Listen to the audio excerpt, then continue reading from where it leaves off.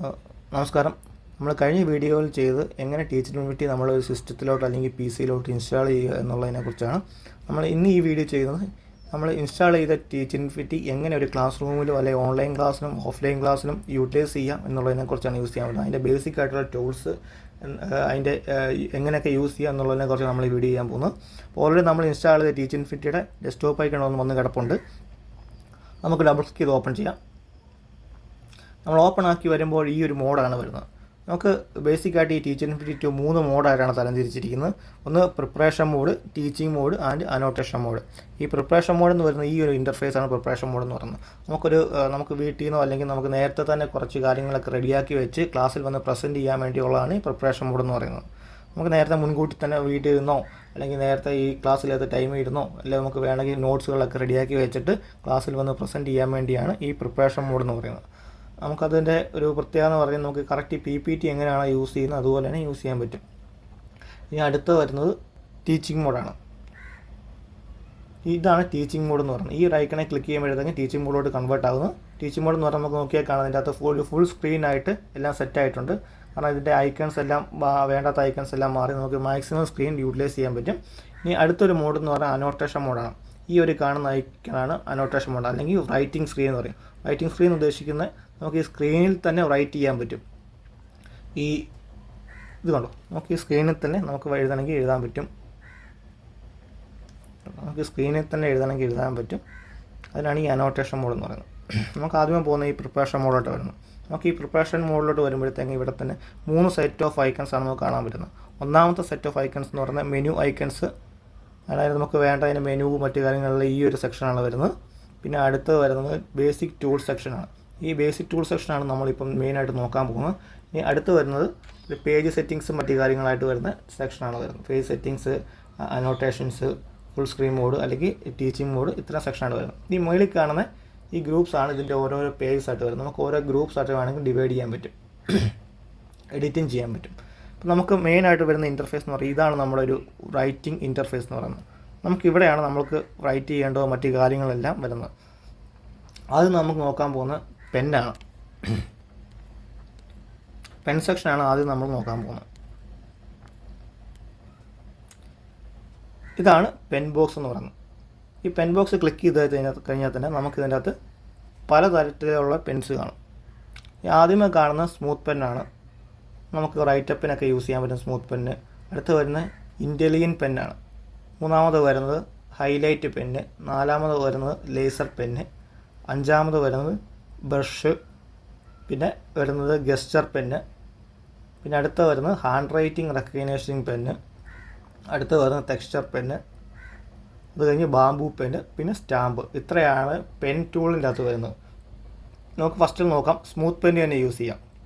Smooth pen use ചെയ്യുമ്പോൾ തന്നെ നമുക്ക് എന്തെങ്കിലും ക്ലാസ്സിൽ റൈറ്റപ്പ് ചെയ്യാനും ബോർഡ് എന്തെങ്കിലും എഴുതി കാണിക്കാനാണ് ഈ സ്മൂത്ത് പെന്ന് യൂസ് ചെയ്യുക. നമുക്ക് വേണ്ട കളർ സെലക്ട് ചെയ്യാം. ആദ്യമേ നമ്മൾ പെന്ന് സെലക്ട് ചെയ്യുക, ഇവിടുത്തെ കളർ സെലക്ട് ചെയ്യാം. ഇപ്പോൾ എനിക്ക് ആദ്യം ബ്ലാക്ക് മതി, ബ്ലാക്ക് യൂസ് ചെയ്യാം, എഴുതാം.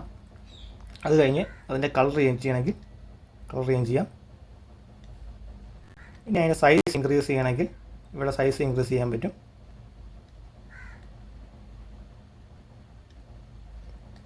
നമുക്ക് കാണാൻ പറ്റും ഇവിടെ സൈസ് ഇൻക്രീസ് ചെയ്യുന്നത്. അത് കഴിഞ്ഞിട്ട് നമുക്ക് ഇവിടെ അതിൻ്റെ ലൈൻസ്, അതായത് ഡോട്ടറായിട്ട് എഴുതണോ അല്ലെങ്കിൽ കണ്ടിന്യൂസ് ആയിട്ട് വേണോ. ഇപ്പോൾ എനിക്ക് ഡോട്ടറായിട്ട് മതിയെങ്കിൽ ഡോട്ടഡ് യൂസ് ചെയ്യാം. അതിൻ്റെ വേണ്ട സെറ്റിങ്സ് എല്ലാം ഇവിടെ തന്നെയുണ്ട്. കളർ ചേഞ്ച് ചെയ്യണമെങ്കിൽ കളർ ചേഞ്ച് ചെയ്യും. ഈ കളർ പോലെ അഡീഷണൽ കളർ നമുക്ക് ക്രിയേറ്റ് ചെയ്യണമെങ്കിൽ ഇവിടെ കളർ ക്രിയേറ്റ് ചെയ്യാനുള്ള ഓപ്ഷനുണ്ട്. ഇനി അടുത്ത് വരുന്നത് ഷേപ്പ് റെക്കഗ്നൈസേഷൻ പെന്നാണ് വരുന്നത്. അത് ഇൻ്റലിജൻറ്റ് പെൻ എന്ന് പറയും. ഇതിൻ്റെ ഒരു പ്രത്യേകത എന്ന് പറയുന്നത് നമുക്ക് ഏകദേശം ഒരു ഷേപ്പ് വരച്ച് കൊടുത്തു കഴിഞ്ഞാൽ ബാക്കി ഓട്ടോമാറ്റിക്കായിട്ട് ഫുൾഫിൽ ചെയ്തോളൂ. ഇപ്പോൾ സർക്കിൾ വരയ്ക്കണമെങ്കിൽ നമുക്കത് സർക്കിളിൻ്റെ ഏറ്റവും നമുക്കൊരു ബേസിക് ആയിട്ടുള്ള സർക്കിളിൻ്റെ ഒരു വേഷം വരച്ച് കൊടുത്താൽ മതി, അത് ഓട്ടോമാറ്റിക്കായിട്ട് ഫുൾഫിൽ ചെയ്യിക്കോളും. അപ്പോൾ നമുക്കത് ലൈൻ വരയ്ക്കണമെങ്കിൽ ലൈൻ വരയ്ക്കാം. ആണോ, നമുക്ക് ഒരു പെർഫെക്റ്റൻസിയുടെ ആവശ്യമില്ല, അത് ഓട്ടോമാറ്റിക്കായിട്ട് അത് ഫുൾഫിൽ ആയിക്കോളും. നമുക്ക് ഒരു റെക്റ്റാങ്കിൾ വരയ്ക്കാം, റെക്റ്റാങ്കിൾ വരയ്ക്കാം. ട്രയാങ്കിൾ വരയ്ക്കണം, ട്രയാങ്കിൾ വരയ്ക്കാം.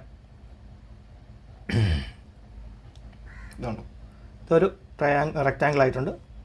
നമുക്ക് ട്രയാങ്കിൾ വരയ്ക്കണം, ട്രയാങ്കിൾ വരയ്ക്കാം. അപ്പോൾ നമുക്ക് എന്ത് വേണമെങ്കിലും ഇതിലത് വരച്ച് കഴിഞ്ഞാൽ ഓട്ടോമാറ്റിക്കലി ഫുൾഫിൽ ആയിരിക്കും. ഷേപ്സുകൾ മാത്രം. ഇനി അടുത്ത വരുന്നത് ഹൈലൈറ്റ് പെന്നാണ്. ഈ ഹൈലൈറ്റ് പെൻ യൂസ് ചെയ്യുമ്പോൾ നമുക്ക് എന്തായാലും എഴുതിയതിൻ്റെ മുകളിൽ കൂടെ ഹൈലൈറ്റ് ചെയ്യാൻ വേണ്ടിയാണ് ഈ ഹൈലൈറ്റ് പെൻ യൂസ് ചെയ്യുന്നത്. നമ്മൾ എന്തായാലും എഴുതി അതിൻ്റെ മുകളിൽ കൂടെ ഹൈലൈറ്റ് ചെയ്ത് കാണിക്കാൻ വേണ്ടിയാണ്. കാരണം അത് ട്രാൻസ്പെറൻസി ഉണ്ടാകും. അതിന് നമുക്ക് അതിൻ്റെ സൈസ് ഇവിടെ ഇൻക്രീസ് ചെയ്യാൻ പറ്റും. നേരത്തെ പറഞ്ഞ പോലെ തന്നെ പെന്നിൻ്റെ കളർ മാറ്റുന്ന പോലെ തന്നെ ഇതിൻ്റെ കളർ മാറ്റാം. പിന്നെ അതിൻ്റെ ട്രാൻസ്പെറൻസി ഇവിടെയാണ് അഡ്ജസ്റ്റ് ചെയ്യുന്നത്. കട്ടി കൂടുതലായിട്ട് യൂസ് ചെയ്യണമെങ്കിൽ ഇവിടെ കട്ടി കൂടുതൽ യൂസ് ചെയ്യാം. അപ്പോൾ അതിൻ്റെ ട്രാൻസ്പെറൻസി നഷ്ടപ്പെട്ടിരിക്കും. കട്ടി കുറച്ച് യൂസ് ചെയ്യണമെങ്കിൽ ഇവിടെ കട്ടി കുറച്ച് യൂസ് ചെയ്യാം. ഇതാണ് ഹൈലൈറ്റ് പെൻ. അടുത്തതായിട്ട് വരുന്നത് ലേസർ പെന്നാണ്. ഈ ലേസർ പെന്നിൻ്റെ പ്രത്യേകത എന്ന് പറഞ്ഞാൽ നമുക്കിത് ഒരു കുറച്ച് നേരത്തേക്ക് എന്തെങ്കിലും അറ്റൻഷൻ കിട്ടണമെങ്കിൽ, ഇപ്പോൾ നമ്മൾ ഒരു നോട്ട് എഴുതി കൊടുത്തു, കുറച്ച് നേരത്തേക്ക് സ്റ്റുഡൻസിൻ്റെ അറ്റൻഷൻ കിട്ടണമെങ്കിൽ മാത്രം യൂസ് ചെയ്യാൻ വേണ്ടിയാണ് ഈ ഒരു ലേസർ പെന്ന് യൂസ് ചെയ്യേണ്ടത്. നമുക്ക് കുറച്ച് നേരം ഇത് ബ്ലിങ്ക് ചെയ്ത് നമ്മൾ അടുത്ത എന്ത് ചെയ്യുന്നോ അത്രയും നേരം ഇത് ബ്ലിങ്ക് ചെയ്ത് നമുക്കൊരു കാര്യങ്ങൾ എഴുതിയിട്ട് അല്ലെങ്കിൽ ഒരു കാര്യങ്ങളെക്കുറിച്ച് പറഞ്ഞ് അതിനെക്കുറിച്ച് ഡിസ്ക്രൈബ് ചെയ്യുന്ന അത്രയും നേരത്തേക്ക് ഇതിങ്ങനെ മിന്നിക്കൊണ്ടിരിക്കും. ഇനി അടുത്തത് ബ്രഷാണ്. നമുക്ക് സാധാരണ ഇത് ആർട്ടിസ്റ്റ് ഡ്രോയിങ്ങിനൊക്കെ യൂസ് ചെയ്യാൻ വേണ്ടിയുള്ള ബ്രഷാണ്. സാധാരണ യൂസ് ചെയ്യുന്ന പോലെ തന്നെ യൂസ് ചെയ്യാൻ ബ്രഷ്. അതിൻ്റെ സൈസ് ഇവിടെ ഇൻക്രീസ് ചെയ്യാൻ പറ്റും. അടുത്ത വരുന്നത് ഗസ്റ്റർ പെന്നാണ്. ഈ ഗസ്റ്റർ പെൻ നമുക്ക് മെയിനായിട്ട് ഈ പാനലുകളിൽ മാത്രം യൂസ് ചെയ്യാൻ പറ്റിയുള്ളതാണ്. ഇതിനകത്ത് നെക്സ്റ്റ് പേജ് പോകണമെങ്കിൽ ഇങ്ങനെ ഒരു ലൈൻ വരച്ച് കഴിഞ്ഞാൽ നെക്സ്റ്റ് പേജായിട്ട് നമുക്ക് മാറാം, അടുത്ത പേജിലോട്ട് പോകും. പിന്നെ അത് ഇറേസ് ചെയ്യുകയാണെങ്കിൽ ഇതിനെ മുകളിൽ കൂടി ഇങ്ങനെ വരച്ച് കഴിഞ്ഞാൽ ഇറേസ് ആവും. അത് നോക്കിയാൽ കാണാം ഇവിടെ ഇറേസ് ആയിട്ടുണ്ട്. ഇനി അടുത്തത് വരുന്നത് ഹാൻഡ് റൈറ്റിംഗ് റെക്കഗ്നേഷൻ പെന്നാണ്. അപ്പോൾ നമ്മൾ എന്തെങ്കിലും എഴുതുകയാണെങ്കിൽ ഓട്ടോമാറ്റിക്കായിട്ട് നമ്മുടെ ഹാൻഡ് റൈറ്റിംഗ് മാറിയിട്ട് ടൈപ്പിങ്ങിലോട്ട് കൺവേർട്ട് ആയിക്കോളും. അപ്പോൾ ഞാനിവിടെ ക്യാറ്റ് എന്ന് എഴുതുകയാണ്.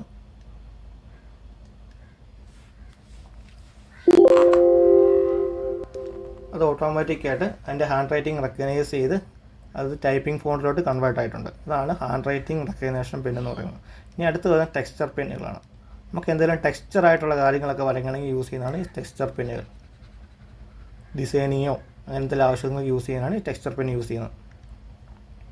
ഇനി അടുത്തത് വരുന്നത് ബാംബു പെനാണ്. ഈ ബാംബു പെൻ നമ്മുടെ കാലിഗ്രാഫിയൊക്കെ യൂസ് ചെയ്യാൻ വേണ്ടി, ഡിഫറെൻറ്റ് ടൈപ്സ് ഓഫ് കാലിഗ്രാഫിയൊക്കെ യൂസ് ചെയ്യാൻ വേണ്ടിയാണ് ഈ ബാംബു പെൻ യൂസ് ചെയ്യുന്നത്.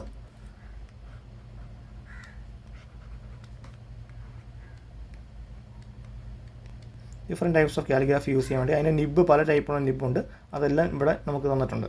അതിൻ്റെ കളർ ഇവിടെ അഡ്ജസ്റ്റ് ചെയ്യാം. നമുക്ക് ഈ കളർ കൂടാതെ അഡീഷണൽ വേറെ കളർ വേണമെങ്കിൽ അതിൻ്റെ യൂസ് ചെയ്യാൻ പറ്റും. ഇനി അടുത്ത് വരുന്നത് സ്റ്റാമ്പാണ്.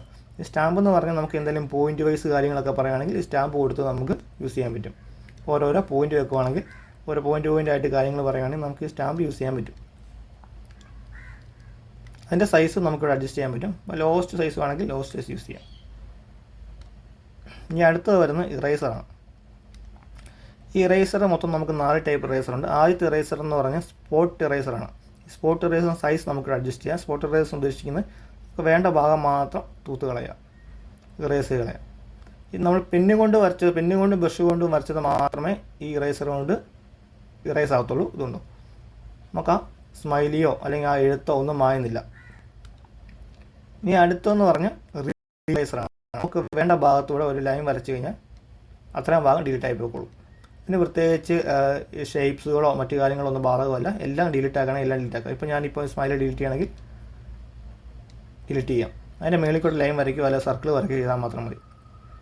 ഇനി അടുത്തത് പെൻ ഇറേസറാണ്. ഇത് പെന്നും കൊണ്ട് വരച്ചതെല്ലാം ഇറേസ് ആവും. ഇത് ക്ലിക്ക് ചെയ്ത് കഴിഞ്ഞാൽ ഇതുകൊണ്ട് പെന്നും കൊണ്ട് നമ്മൾ ചെയ്തതെല്ലാം ഇറേസ് ആവും. അടുത്തെന്ന് പറഞ്ഞാൽ കംപ്ലീറ്റ് ഇറേസാണ്. ഈ പേജ് കംപ്ലീറ്റ് മൊത്തം ഇറേസ് ചെയ്യണമെങ്കിൽ കംപ്ലീറ്റ് ഇറേസ് യൂസ് ചെയ്യാം. ഇറേസായി. ഇനി അടുത്തത് വരുന്നത് ബേസിക് ഷേപ്പുകളാണ്. നമുക്കൊരു ക്ലാസ്സിൽ വേണമെങ്കിൽ പ്രീസെറ്റായിട്ട് കുറച്ച് ഷേപ്സുകൾ വേണം. ഇപ്പോൾ എനിക്കൊരു സർക്കിൾ വേണം. ആ സർക്കിൾ ഞാനിവിടെ വരയ്ക്കാൻ പോകണം. നമുക്കിവിടെ നോക്കിയാൽ കാണാം ഇതിനകത്ത് 2 കളർ വന്നിട്ടുണ്ട്. ഒന്ന് ബ്ലൂവും ഒന്ന് വയലറ്റും ഒന്ന് ബ്ലാക്കും വന്നിട്ടുണ്ട്.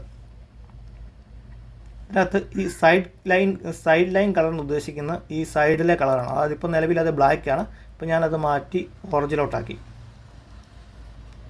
നമുക്കിവിടെ വ്യത്യാസം കാണാം. അതായത് അതിൻ്റെ ഔട്ട്ലൈൻ വരുന്നത് ഓറഞ്ച് കളറിലാണ് വരുന്നത്. അതിൻ്റെ തിക്നെസ് നമുക്കിവിടെ അഡ്ജസ്റ്റ് ചെയ്യാൻ പറ്റും. തിക്നെസ് കൂട്ടി വേണമെങ്കിൽ തിക്നെസ് കൂട്ടി വിടാം. ഇനി അടുത്ത ഫിൽ കളർ. ഈ ഫിൽ കളറിന് ഉദ്ദേശിക്കുന്നതിൻ്റെ നടുക്കത്തെ കളറാണ്. ഇതിൻ്റെ അകത്ത് ഫില്ലായിട്ടിരിക്കുന്ന കളറാണ്. ഇപ്പോൾ ഇതിനകത്ത് വന്നിരിക്കുന്നത് വയലറ്റാണ് വന്നിരിക്കുന്നത്. ഇപ്പോൾ എനിക്കത് മാറ്റി ഗ്രീൻ ആക്കണമെങ്കിൽ എനിക്കത് ഗ്രീൻ ആക്കാം. ഇപ്പോൾ നമുക്ക് നോക്കിയാൽ കാണാം അതിൻ്റെ തിക്നെസ്സും മാറിയിട്ടുണ്ട്, അതിൻ്റെ കളറും മാറിയിട്ടുണ്ട്. അതുപോലെ തന്നെ പല ഷേപ്സ്. എക്ലിപ്സ് വേണമെങ്കിൽ എക്ലിപ്സ് യൂസ് ചെയ്യാം, സ്ക്വയർ വേണമെങ്കിൽ സ്ക്വയർ യൂസ് ചെയ്യാം, ട്രയാങ്കിൾ വേണമെങ്കിൽ ട്രയാങ്കിൾ യൂസ് ചെയ്യാം. ഇനി ഇപ്പോൾ ലൈൻസ് വേണമെങ്കിൽ ലൈൻസിലെ സെഗ്മെൻറ്റ്സ് വേണമെങ്കിൽ സെഗ്മെൻറ്റ് യൂസ് ചെയ്യാം. അതുകൂടാതെ ആരോ വേണമെങ്കിൽ ആരോ യൂസ് ചെയ്യാം. ഡാഷ്ഡ് ലൈൻസ് യൂസ് ചെയ്യണമെങ്കിൽ ഡാഷ്ഡ് ലൈൻസ് യൂസ് ചെയ്യാം. നമുക്കൊരു ഫ്ലോ ചാർട്ട് വരച്ച് നോക്കാം. ഇതെങ്ങനെ പെട്ടെന്ന് നമുക്കൊരു ഫ്ലോ ചാർട്ട് ഇതിനകത്ത് എങ്ങനെ ക്രിയേറ്റ് ചെയ്യാൻ നോക്കാം. എനിക്കൊരു ഫ്ലോ ചാർട്ട് വരയ്ക്കണം. ഞാൻ ഫസ്റ്റ് ഒരു സ്ക്വയർ എടുത്തതിൻ്റെ കളർ മാറ്റി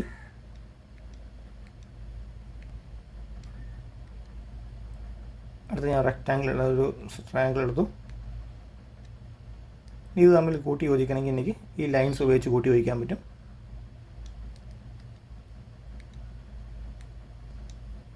ആരോ ഒന്ന് അടുത്ത് ഡാഷ് ലൈൻസ് വേണമെങ്കിൽ ഇത്ര സിമ്പിളായിട്ട് നമുക്ക് കാര്യങ്ങൾ ചെയ്യാൻ പറ്റും. ഇനി അടുത്ത് വരുന്നത് ഇൻസേർട്ട് ടൂൾസാണ് വരുന്നത്. ആദ്യം വരുന്നത് ടെക്സ്റ്റ് ഇൻസേർട്ട് ചെയ്യാനുള്ള ടൂൾസാണ് വരുന്നത്. ടെക്സ്റ്റ് ഇൻസേർട്ട് ചെയ്യണമെങ്കിൽ ഇവിടെ ക്ലിക്ക് ചെയ്യുക, ടെക്സ്റ്റ് ക്ലിക്ക് ചെയ്യുക. നമുക്ക് ടൈപ്പ് ചെയ്യുകയാണെങ്കിൽ ഇവിടെ ടൈപ്പ് ചെയ്യുക, കീബോർഡ് വരും. കീബോർഡ് ഇല്ലാതെ തന്നെ നമുക്ക് ഓൺ സ്ക്രീൻ കീബോർഡ് ഇല്ലാതെ തന്നെ നമുക്ക് നമ്മുടെ ലാപ്പിൻ്റെയോ അല്ലെങ്കിൽ ഡെസ്ക്ടോപ്പിൻ്റെയോ കീബോർഡിൽ തന്നെ ടൈപ്പ് ചെയ്യാൻ പറ്റും.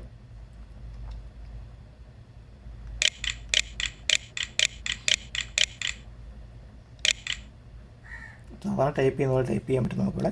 ഈ അതിൻ്റെ റൊട്ടേറ്റ് ചെയ്യാം. അത് ഇവിടെ നിന്ന് മാറ്റണമെങ്കിൽ ഇവിടെ നിന്ന് മാറ്റി ഇവിടെ കൊണ്ട് വെക്കാം. നമുക്ക് ചെയ്യാൻ പറ്റുന്ന കാര്യങ്ങളെല്ലാം ഇതിനകത്ത് ചെയ്യാൻ പറ്റും. ഇനി സൈസ് ഇൻക്രീസ് ചെയ്യണം, സൈസ് ഇൻക്രീസ് ചെയ്യാൻ പറ്റും. ഇനി അടുത്തതെന്ന് പറഞ്ഞാൽ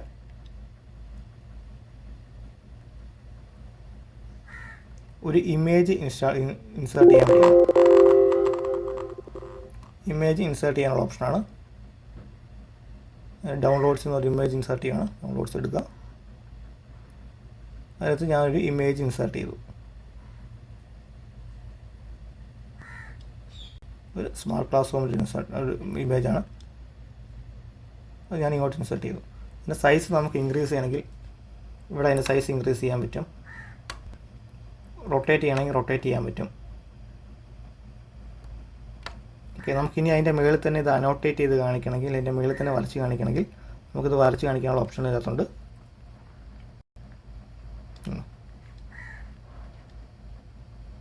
എല്ലാം ഇതിനകത്ത് പോസിബിളാണ്. ലൈൻസ് കുറയ്ക്കും, ലൈൻസിൻ്റെ സൈസ് കുറയ്ക്കാം. ഇത് ഇറേസ് ചെയ്യണമെങ്കിൽ ഇറേസ് ചെയ്യാം. മൊത്തം ഇറേസ് ചെയ്യണമെങ്കിൽ മൊത്തം ഇറേസ് ചെയ്യാം. ഓക്കെ, അടുത്ത് വരുന്നത് അൺഡു ആൻഡ് റീഡു ആണ് വരുന്നത്. Undo and next read.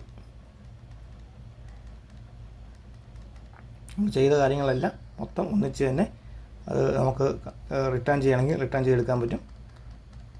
ആദ്യം നമ്മൾ ചെയ്ത കാര്യങ്ങളെല്ലാം റിട്ടേൺ ചെയ്യാൻ പറ്റും. ഇനി അടുത്ത സെക്ഷൻ നമുക്ക് നോക്കാൻ പോകുന്നത് ഇതിൻ്റെ പേജ് സെറ്റിങ്സ് ആണ്. പേജ് സെറ്റിങ്സ് നമുക്ക് അടുത്ത വീഡിയോസ് നോക്കാം.